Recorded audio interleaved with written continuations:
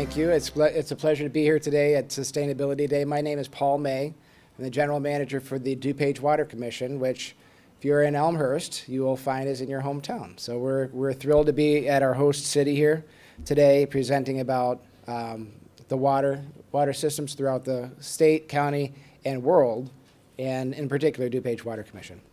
So we'll have a little bit of fun today talking about not just DuPage Water Commission, but water issues on a little bit larger scale, mainly because we consider ourselves to be part of that, a piece in that puzzle. And we understand the gravity of what we do and the importance of doing it in a sustainable way, in a way that contributes to the benefit of society. So we'll talk a little bit about global and domestic issues. We'll also talk about what we're doing at the DuPage Water Commission for sustainability here in your own hometown and what we do for DuPage County. So first, a little bit about DuPage Water Commission. Some of you may remember hearing about the times in the early 80s, late 70s, through the middle 80s when these towns were on wells here. And that would cause water quality and quantity issues throughout the region. Now, further collar areas are experiencing the same thing that we experienced about 35, 40 years ago. The solution to that was to access Lake Michigan water, by building the DuPage Water Commission. So rather than each town building their own infrastructure to reach out to the lake, they created these county-wide organizations, DuPage Water Commission in this case, that built that infrastructure on behalf of the entire county, and we serve most of DuPage County with Lake Michigan drinking water. We're responsible for about 1 million people in DuPage County. Most of the towns in DuPage County are served ultimately from water from Lake Michigan through the DuPage Water Commission to your municipality, and then through the municipality to your service lines to your home. Of course, it's not just the residential service, though. It's the entire economy, including most, if not all, of the business industries and other hospitals and institutional uses within the county. We have our site is on Butterfield Road, right where we cross 294. Tucked back in the corner there's two 15 million gallon reservoirs there, so we store 30 million gallons of water there. We have the capability of pumping 185 million gallons a day. Average day is about 72, so we have surplus capacity there. The ability to bring on new customers and certainly ensure that the customers that we do serve remain being served appropriately. We also have a very similar pump station at the edge of Chicago, where we pump water from Chicago to DuPage County, and then from this site that you see the photo of, through DuPage County. But first, let's talk about our role, our larger role. We really have the privilege in the United States, and even more so in the Great Lakes region right here. We have a pristine, mostly unlimited water source that we can count on. That's not the case in most of the world. Water is essential to human life. There's no living organism that can survive without water. Your moms all told you to drink eight glasses of water a day. A 5% drop in body fluids will cause a 30% drop in energy levels. And the rule of 3, I always like to quote, you can live 3 weeks without food, maybe more in some cases, only 3 days without water and 3 minutes without air. So the importance of what we do, we acknowledge in DuPage Water Commission, is we're not just a sleepy utility making sure the pipes get fixed. We're really doing something that impacts everybody's life. I tell my staff every day, every time I meet with them, I say, right now, somebody in DuPage County is getting life-saving surgery, and that hospital is being run with and only because of the water that came through this facility a few hours ago. And so we take our responsibility very seriously. It's quite a privilege. We also, as I mentioned, tend to think about water as the impact on our life as a residential consumer. Making coffee, washing laundry, taking a shower, but it's really embedded. It's as embedded as electricity in everything we do. So if you think about any industry, your favorite pasta meal that you have at your favorite restaurant in Elmhurst, it's the water that came through our facility that is part of that. It's embedded in that. I tell my staff, if you're a butcher, a baker, a candlestick maker, you can't do your job without water. It's probably not true for the candlestick maker, so I need a new analogy. But the point is still the same, which is that water is really essential for not just our residential lives, but our commercial lives and our jobs and the things we purchase and the things we do that make our life convenient. We can even take it a little bit step further. when we think about the world, right? And we, once again, are often blind to the fact that we really live in a very privileged situation where we not only have access to infrastructure, but access really to pristine water. And throughout the world, that's not the case. Most of the world, much of the population throughout the world, really exists in a situation where water jeopardy is a day-to-day concern. There are 450 international agreements that are meant to keep countries out of war for fighting about water. There's 3 million songs about water.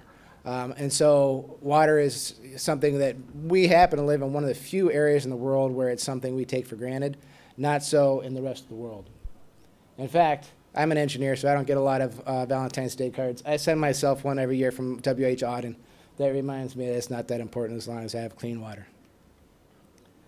So let's talk a little bit as we think about our perspective in the world about scarcity, water quality, and social impact. And we'll talk a little bit more about the DuPage Water Commission as we go forward. But it's really important to think about in perspective and in conjunction and in juxtaposition to the way it is in the rest of the world, where in many cases this is the way you get water. Most of the world lives in a situation that has lack of precipitation, lack of stored water, lack of clean water, lack of sanitation, also on the wastewater side as well, and that impacts public health. So nearly 1 billion people don't have access to clean water. 2.5 billion don't have access to sanitation, which is the other side of the water system. And those two things are tied very closely together because a lot of times, this is the story of Chicago from 150 years ago, the wastewater, lack of sanitation services impacts your ability to have clean water because it impacts the quality of the water. And we can think about this. This is a map I really like to show because if you step back and take a look at it, you can see that if you think about what's considered the civilized world, the world in which there's conveniences and cleanliness and safety and security and economic privilege, and then you think about that in conjunction with access to water, you'll see a very tight correlation, right? The United States, Europe, access to clean water. Also, those are the areas that have, more peace, for the most part, higher education, higher GDP, better health service. What are the areas that don't? Very similar to the areas that lack access to clean water.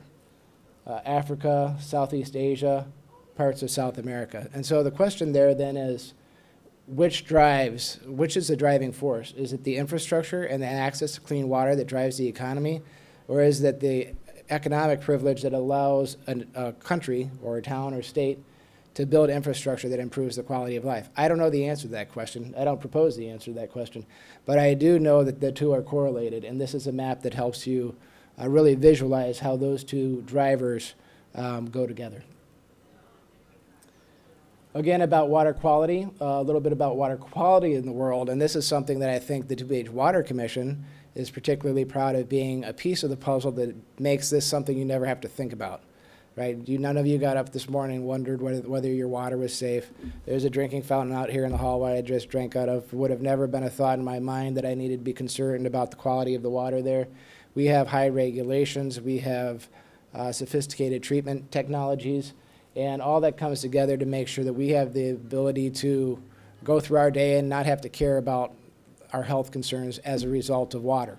Despite the fact that sometimes in the news that's not the case, across the rest of the world that's a real problem for people to be concerned about. There's a social impact too that we oftentimes don't think about, and that is that lack of water, so now necessarily not quality of water, but quantity of water or access geography of water requires people to spend a lot of their time finding, carrying, and producing water, providing water to their family. This is particularly an issue for young women who are usually tasked for that, and that pulls them out of school. And so through parts of Africa, Southeast Asia, South America, that creates the initial social burden where the requirement to spend your time getting and delivering water for your family changes the trajectory of what your life might be. again, not something that we're concerned about in the United States. In fact, when I gave this speech to Loyola School of Business, where there were a lot of international students, and I asked them how many people were raised in an area that didn't have access to clean water. Quite a few, because there were a lot of students in there who were international students. And I asked them, do you find it to be unusual that in the United States, as a fundraiser for something, we pumped water, in our case, out of Lake Michigan, ran it through a pumping system, ran it through a treatment plant, ran it through another pumping system, delivered it to the towns, froze it into ice, put it in a bucket, and dumped it on our head? Do you remember the ice bucket challenge? You guys remember that? And of course, they couldn't fathom. If you were one of the people who gets water like that, the notion of putting water on your car to wash it, or flushing it down your toilet, or certainly dumping it on your head for fun, is a pretty silly concept. But nonetheless, that's something that I think illustrates what we've been given, and how, to us, the value of it seems much different than it is across much of the world. And so we at the DuPage Water Commission understand that we're contributing to that, and our contribution is important to make sure that we're using that resource in a way that's a good steward for the resource, provides the right cost implications for the consumer, and is efficient. And we recognize that it's something that we're able to do in a way that's not able to be done in most of the world. We're reading a lot about drought in the United States. Again, something that we are highly insulated from right where we are here. There's been a 20-year drought, a little bit more than 20-year drought. You're reading now not only about the reservoirs in the American Southwest, but even the Mississippi River that has unusual water levels, something that is beginning to impact our country more so than it has been in the past. There's been a state of emergency declared. There's been significant economic losses, and it's the worst drought in the American Southwest, according to the government scientific officials, in 1,200 years. So again, the stewardship over the resources that we have here are important. Now, as there's a very long story about how Chicagoland has access to Lake Michigan water, because we are not in Elmhurst is not in the Lake Michigan or the Great Lakes watershed. We're in the Mississippi River watershed. And there's a long story about that, which I will tell you later if we have time. But that comes with the responsibility to make sure that discharge across the watershed boundary is managed appropriately. Agriculture is a big part of Illinois, not so much necessarily Elmhurst, but at one time in DuPage County it was, in King County it certainly is, and the further collar counties it certainly is. In the American Southwest, despite perhaps the fact that it shouldn't be geologically or geographically, it is. And so what you're reading about in the American Southwest is the first outlaw. So if the water stream runs across my property, you own all the water until it escapes, and then it owns to the it belongs to the next person. Their riparian water laws there are very different, antiquated, and contribute to some of the problems that we see due to agriculture necessarily not being in the right spots. And so this is something that is certainly an influence in the United States, and certainly should be a benefit to our region, something that economically is a competitive advantage for us that we do have here in Illinois and in the American Midwest. Excellent access to clean water. A little bit about land use as well. There certainly are some towns who probably shouldn't be where they're located, which creates a draw on the water system. Las Vegas, despite the fact that it probably shouldn't be there, is actually one of the front runners in water reuse, reusing wastewater and gray water for other purposes so that it's sort of recycled in a way where it's not discharged like we do here. We use it once and down it goes to the water treatment plant, ultimately the Mississippi River. Because of what's happening in Las Vegas, they've been forced to be a leader in evaluating ways to reuse water in a manner which would allow it to be recycled in a way so that water, once drawn, goes through the loop a few times before it's discharged back to nature. Nonetheless, there certainly are areas driven by drought, driven by inappropriate development, driven by agriculture that are creating impacts on the water cycle, particularly in the American Midwest or the American Southwest, but also other areas of the country as well. Residential consumption is very spiky here in Illinois, and most of the Midwest for that matter. this is something that we do have a role. If you saw our table out there, we have some documents about appropriate irrigation. Your lawn needs about 1 inch of water a week at most. There's ways to limit your impact on the environment and the water environment in particular by using rain barrels, making sure you have a rain sensor if you have an irrigation system so it doesn't run after it rains just because the timer goes off that day. And using water sense appliances, low flow fixtures to the degree you can, shower timers, things like that. Again, help us just change our perspective a little bit to think about not only the fact, do we have access to pristine, mostly unlimited water? Yes, but that resource still is shared with millions of people in DuPage County, plus many millions of people in this Chicago metro area, plus many, many millions of people across the entire Great Lakes body, and we're all sharing that same resource. That's the natural resource of the water in the Great Lakes. And so the things that we can do to use that appropriately and encourage others to do so is important and worthwhile to do.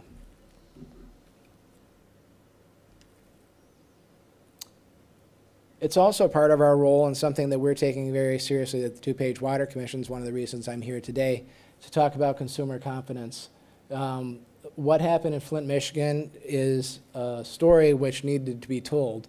It's also a story which has misinformed a lot of people who should have confidence in their drinking water systems and is creating some economic headwinds in some cases. So there's nothing as a water professional that bothers me more than being in the grocery store line and seeing somebody with a cart full of bottled water in front of me, because it illustrates to me that we have not adequately informed the consumer about the confidence of the water. And because of these stories, which are real, Flint, that was a real situation, that really happened, people's lives were impacted negatively by that.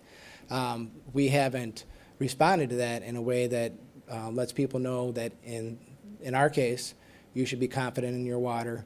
The water that you get out of the tap here, we're watching very carefully. We're making sure it adheres to the highest standards available and is as safe, certainly probably in most cases, safer than water that's been sitting at 95 degrees in a plastic bottle in some storage unit for the last 6 months.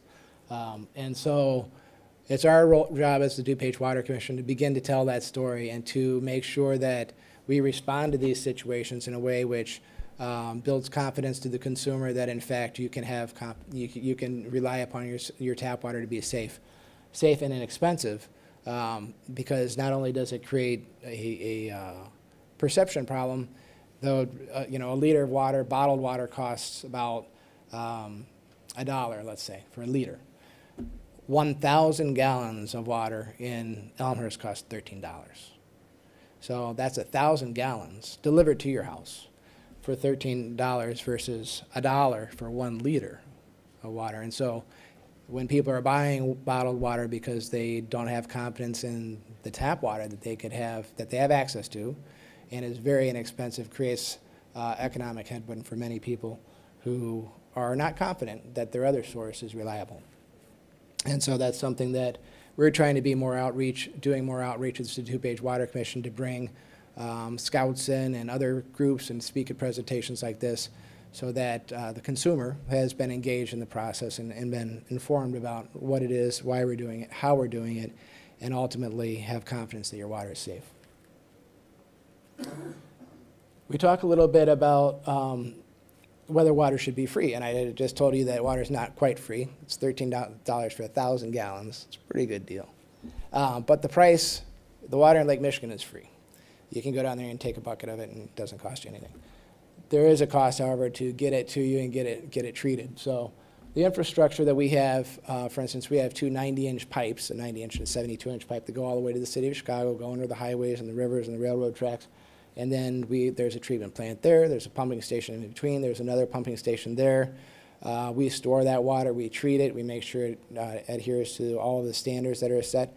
We distribute it to the city of Elmhurst and all the other towns in DuPage County who run all the water mains under the streets, maintain the fire hydrants, replace your meters, put in your water services, fix the leaks, monitor the water. So there's a long chain of events. There's a long sequence of events to make sure that the water gets to you and gets to you safely.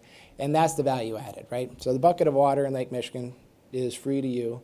Delivering that 1,000 gallons of water all the way from Lake Michigan to your home costs you $13 for 1,000 gallons. And so that's what we want to be a part of that conversation as well.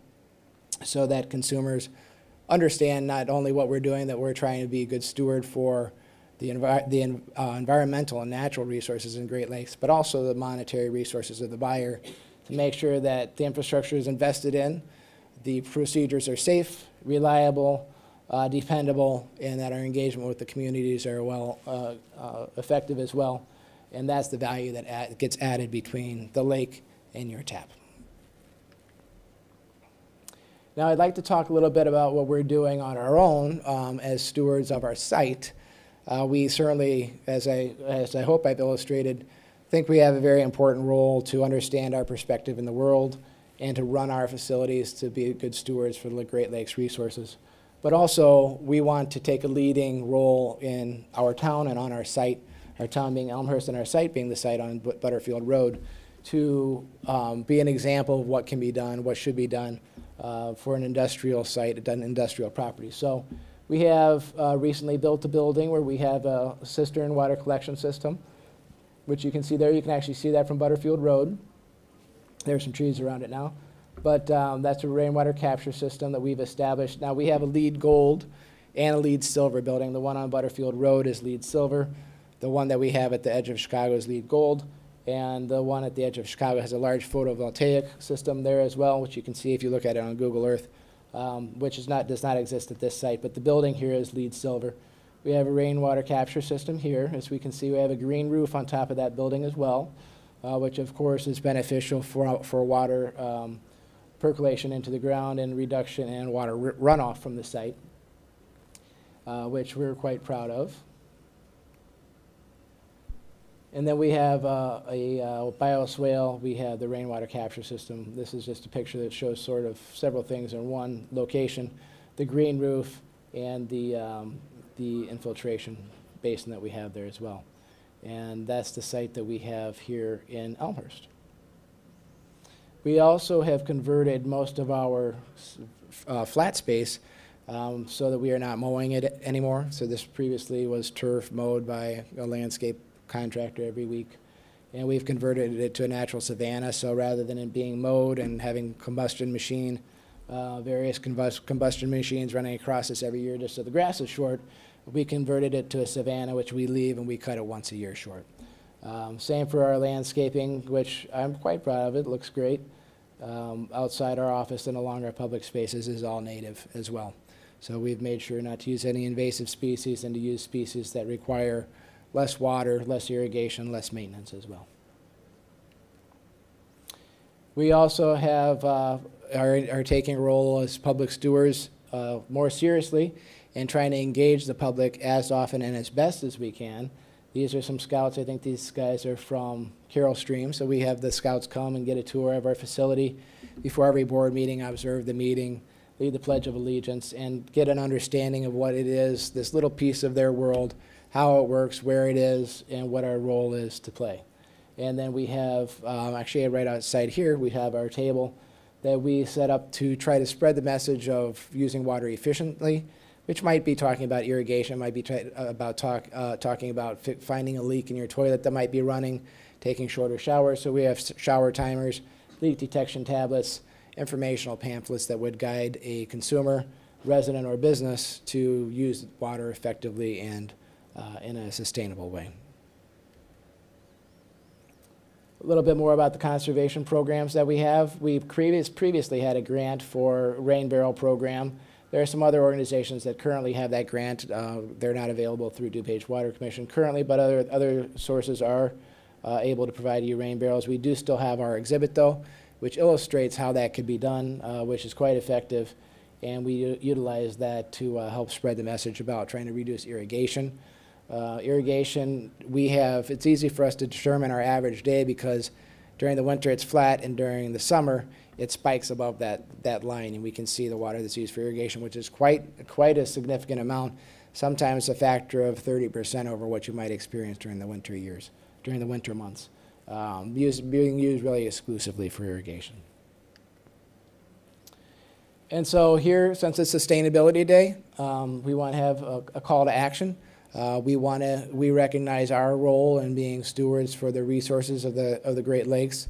We recognize our role in informing the consumer being an active participant in events like this and in management over the Great Lakes resources and the infrastructure that serves our counties. And we would encourage others to join us and to let us know when we can be of assistance to you. Some of the ways to do that. Now, one of the things that I really enjoy seeing are these water fountains that have a tap. They have a little fill-in thing where you can fill up a water bottle, because there's an entirely additional factor, which is the waste stream from plastic water bottles, which is a global issue. If you've seen pictures of the garbage patches in the ocean or the water flowing down the Yangtze River just full of plastic garbage, something that we can do a simple thing, carrying a steel or Nalgene water bottle around and filling it up makes a big impact. And so simple things like the drinking fountains that you choose and the activities that you make as a consumer to fill up a water bottle rather than buying a plastic water bottle and ultimately throwing away the plastic is a simple but effective thing. Managing your own irrigation and informing others about how they could use their irrigation systems appropriately. Again, here we don't have the challenge of water quality or quantity that exists in most of the world and even parts of the United States, but still something that's important to do. Here, and I'll depart just for a moment about the story about Chicago. Chicago had the same problem that some parts of the other world have now, which is that when the water system was built, it was too close to the shore, and as the sewage went out, the sewage came back in the water treatment, well, the water system, which really didn't have a treatment system, it was just pumping water out of the lakes, and caused dysentery and all sorts of other diseases in the city of Chicago. Now, the city of Chicago could have put the cribs out further, but instead of doing that, we decided that it would be better just to reverse the sewage side and send it down the Mississippi River to St. Louis. So that's what we did. This is the Chicago way. And so there's a Supreme Court decree, only exists, there's 2 diversions into the Great Lakes, they're north of Lake Superior. One's a dam from a logging thing, and one other one is a diversion of a river. And there's 1 diversion out of the Great Lakes watershed. So if you look at Chicago, if you look at the Great Lakes watershed boundary in Chicago, is really, really, really, really close to the lake. It's on Ridgeland Avenue in Oak Park, if you know where that is. Ridgeland Avenue is the ridge. That's the continental boundary between the Great Lakes and the Mississippi River. So almost all of Illinois is in the Mississippi River watershed.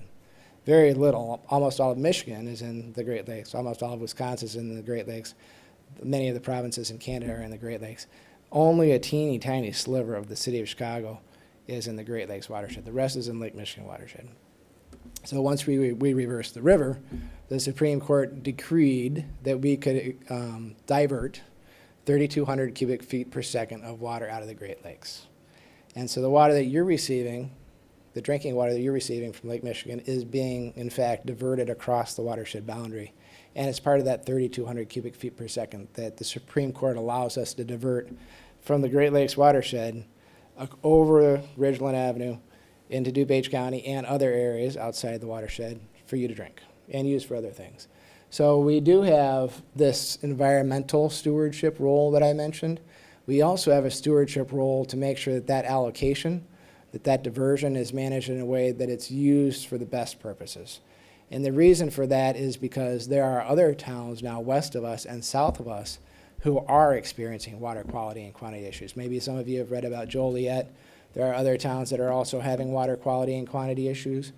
And because that 3,200 cubic feet per second, that really doesn't sound like that much water, is limited, if we don't use it wisely, there won't be any remainder available for those other towns.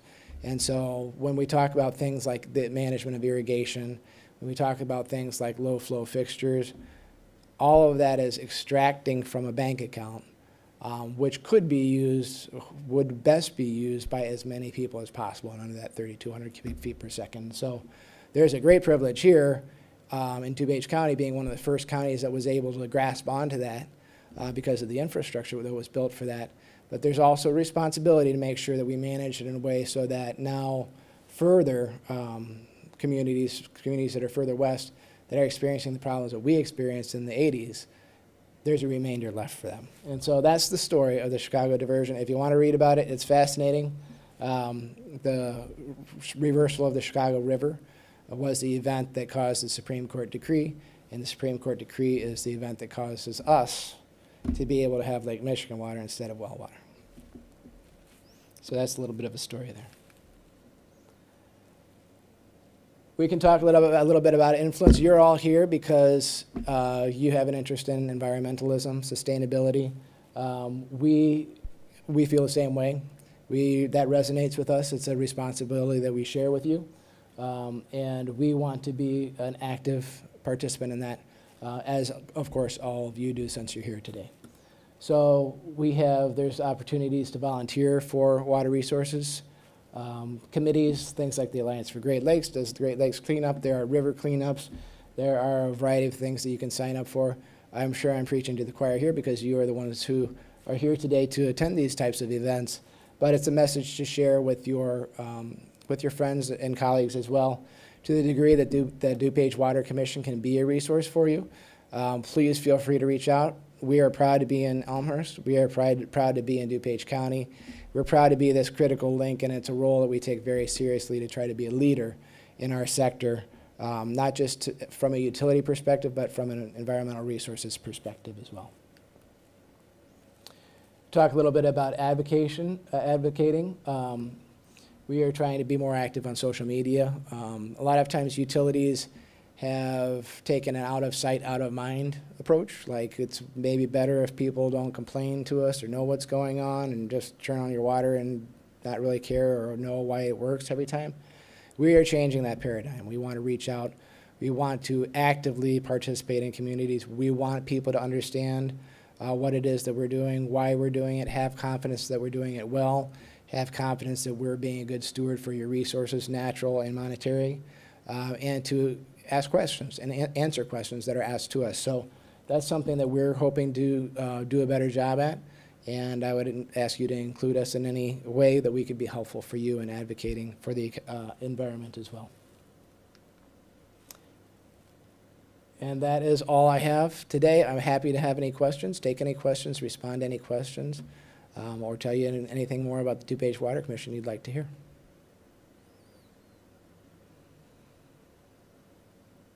Anything? Sure. I'm curious, you're talking about how we're getting the water here, right? And so we're talking a lot over time about, hearing a lot about the age of infrastructure. What's the status of our infrastructure? So that's a great question. Here we have a chain of events, an asset chain, if you will. So the lake, of course, beginning is our source, and it goes through the Chicago system, which is Jardine was built. Jardine, which is a water treatment plant that our water comes through, is just north of Navy Pier. So if you stand on Navy Pier and look north, you see a big thing there. You wonder what it is. That's the water treatment facility. And then from there, it goes through a series of tunnels underneath the city of Chicago, 12-foot diameter tunnels for the most part, which are gravity for the most part. Very long-lived assets. So the treatment plant probably could use some attention in the city of Chicago, in my opinion. Also, some of that depends on regulatory change. So if there's, you've probably read about PFAS, other chemicals that are on the cusp probably of being regulated. Sometimes when those come in, it requires a different treatment methodology. And so then there needs to be an investment, not just because the assets have reached the end of their life, but because the assets that are there are not capable of producing the treatment which is now required. And so that could become the case in the future. The DuPage Water Commission system is fairly new, so we started serving water in 1994. This is our 30th anniversary, and so that's pretty new for infrastructure. We have, most of our pipeline infrastructure is expected to have a 75 to 100-year life. Mechanical assets like pumps and motors maybe are 50 years on the long end, 15 years for some smaller types of equipment. And so we invest very carefully in that. We have a capital improvement program, so we're always making sure that we repair and replace proactively. We cannot have a failure. I tell people every hospital has got 2 backup generators. No hospital has a backup water source, right? And the reason is because we have to maintain, and we do maintain our infrastructure, so we don't wait for it to fail. We anticipate and schedule for replacement of critical assets in advance. And that's why we have a very robust, reliable, dependable water system. When you get into the municipalities, Elmhurst is a pretty old town. Wheaton is a pretty old town. Naperville has an old downtown. There are some late 1800s types of infrastructure. We have we give tours of our facility, and everybody's favorite part of the tour is this big piece of wood pipe that we got from the city of Elmhurst, actually. Believe it or not, that prior to World War I, pipe was made out of wood, and they would get a log and they'd drill the middle of it out, and they spooled it together. It's fascinating. People can't believe it, but we have it, and it came right from the city of Elmhurst, right where we are. So some towns have infrastructure which does require replacement. I think in Elmhurst you're probably in a better spot than most towns. There are there's more than one reason where that it's necessary to replace your infrastructure. One, just certainly reliability and resiliency of your infrastructure, but there's still the economic and the environmental component of that, right? So we buy water from the city of Chicago and we deliver it to Elmhurst. We lose about 2%, 2.5% of our water. So we have a pretty tight system, mainly because it's new. But let's say it goes to a town where they leak 15% of their water. Well, we've extracted 15 plus our 2%. So let's say 17% more water than we needed from the lake, right? And we've delivered it, but we haven't delivered it to the consumer. So there was no value to it at the end. And so with that 17%, in that case, could go somewhere else. It could be used for something else, and it negatively imparts the cost, right? Because we had to pay Chicago for 100% of that. The town had to pay us for 100% of it. Somebody had to pay for the 17% that got lost. Who paid for it? The end of the line consumer, right? And so there's an environmental and an economic impact to making sure that the infrastructure is maintained beyond simply let's not have breaks and tell people that they're going to be out of water for a day. So it's a great question. I'm glad it's something that you're in tune to, because there's more to it than I think would meet the eye for a lot of people. 15% sounds like a lot. There are a lot of towns on the Lake Michigan system that are leaking more than 10%, more than 15% of their water. It's leaking out. It's fragmented. It's partial. So they don't have one leak that's leaking out 15% of their water. They have 100 miles of pipe, which are all leaking out a small amount of water that adds up to that. And so it's difficult to replace. It's costly to replace because it's not simply a matter of replacing the pipe that's underground. It's a matter of fixing the driveway you had to dig up and replanting the trees you had to dig up, or replacing the roadway and shutting down traffic, or going under railroad tracks. And so the cost for replacement of infrastructure is usually far more than the cost to initially construct it. Great question. Thank you. Yes? How is our water treated? So in our case, the water in Lake Michigan, it would be considered fairly pristine simply as a source. When you think about water that's pumped out of wells, from sand aquifers, or certainly water, sometimes get water from the Fox River, totally different water source. So Lake Michigan as a source is among the most pristine sources that you can have. From there, it does go into the Jardine treatment plant, and the Jardine treatment plant has a very well-established, but old, but effective, way of treating, where there is beds of granular media, charcoal, and similar things that the water gets pulled through and out through, and then there's flocculation basins which attach the sediment and allow the sediment to drop out. And then in the city of Chicago and in most Midwestern communities, there would be treatment at addition of fluoride, addition of chlorine. Chlorine keeps bacteria from growing in the water. Very small amounts, parts per million type of level, that helps the water remain clean throughout the distribution system. And the addition of orthophosphate or some sort of phosphate, which is, when you look at the Flint, Michigan scenario, there are lead services in older communities, so anything before 1980 probably has premise plumbing, meaning the solder in the pipes in your home could have lead as part of the solder. Older towns, older houses might have a lead service between the water and the city's property. Very rarely, if ever, it does the city's water main made out of lead. It's always made out of something else. It's just not possible to make lead water mains that big. The lead infrastructure is usually between the city's pipe and your house as the service. But nonetheless, that's been understood as a challenge for a long time, and so water systems add orthophosphate, and what that does is it creates a layer on the inside of the pipe of the lead service line that sequesters the lead from the water. What happened in Flint is that they changed the water source and changed their corrosion inhibitors, and so that barrier between the lead and the water wore off and exposed the lead wall of the pipe to the moving water.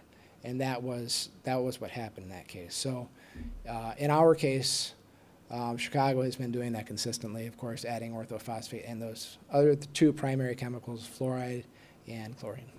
Is there talk about replacing maybe the chloride with a, I don't know, that's ultraviolet light or whatever, that's a bacterial killer versus a chemical?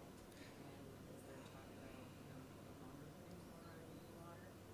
So I'll answer the first question first. So a lot of treatment systems now are moving more from what I talked about, those gravity beds, which is called a conventional treatment system, to either a filter system, so like a pressurized filter system, or so possibly sometimes both, a ion exchange or some other type of UV system that kills bacteria. That works at that point. But then from that point on, then the water is traveling through pipes and going into reservoirs and going through pumps. And so it is important that there would be some level of chlorine, parts per million level of chlorine that keeps the bacteria from growing.